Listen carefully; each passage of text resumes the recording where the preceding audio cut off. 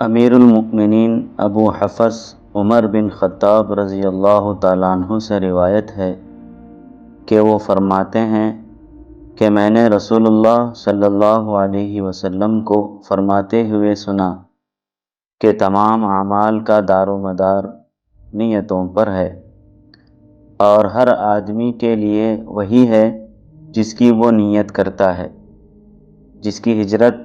اللہ اور اس کے رسول کی خوشنودی کے لیے ہے